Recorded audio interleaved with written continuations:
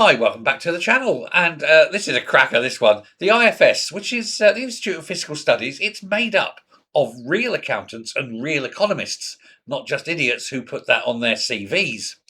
But they've urged Rachel Reeves to rethink her entire strict fiscal rules policy, warning that they are creating what they call dysfunctional economic policy making and increasing uncertainty in the Treasury.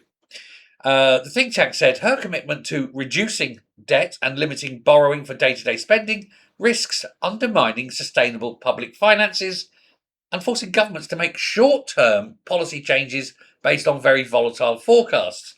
Basically, this is a woman who's trying to cut borrowing by borrowing at record levels. And she's trying to cut debt by putting us even further into debt. You see, you really do need a proper economist, don't you? Rather than, you know, Rachel Reeves.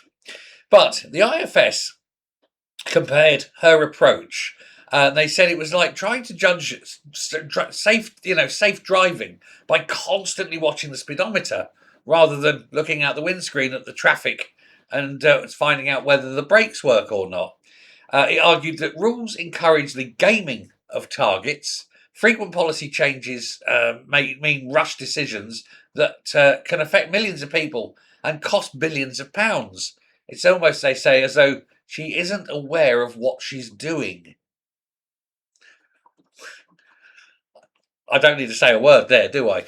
The criticism comes ahead of Reeves' spring statement, and it's amid very weak, weak is not the word, economic performances, low growth, rising unemployment, youth unemployment especially, confidence, business confidence in the toilet, consumer confidence non-existent.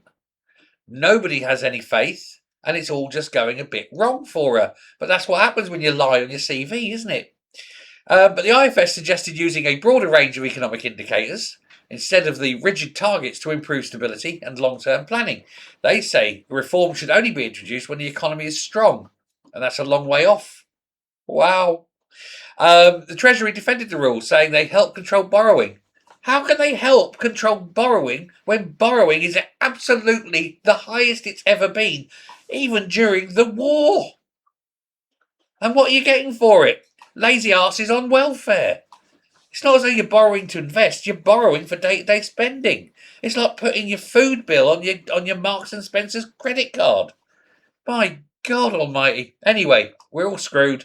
IFS says so. The IFS says she doesn't know what she's doing. She's a moron, doesn't understand economics. And you know what?